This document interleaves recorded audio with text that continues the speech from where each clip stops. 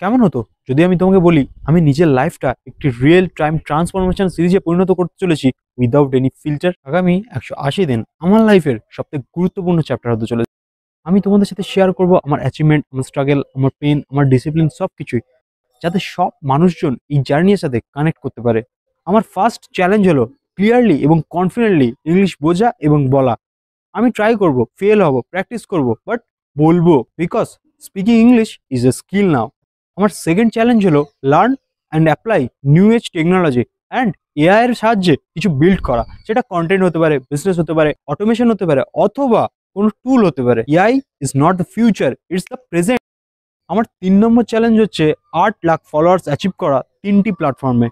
কারণ শুধুমাত্র নেম বা ফেমের জন্য নয়, আমি এখানে নিজের সমস্ত ধরনের অ্যাচিভমেন্ট, ফেলিওর, মিস্টেক, ডিসিপ্লিন সব কিছুই শেয়ার করব, যাতে মানুষজন যারা আমার মতোই হাংরি সাকসেসের জন্য, লাইফে গ্রো করার জন্য, নিজের লাইফ চেঞ্জ করার জন্য, তারা এই জার্নির সাথে রিলেট করতে পারে। আমার চতুর্থ চ্যালেঞ্জ হচ্ছে আমার বডিকে ট্রান্সফর্ম করা, আমার ব্যাংক ব্যালেন্স চেঞ্জ করা এবং বাবা মায়ের জন্য একটি কমফোর্টেবল হাউস বানানো, বিকজ আমাদের কাছে কোনো প্রপার হাউস নেই। No excuse for today, it's the right time to start.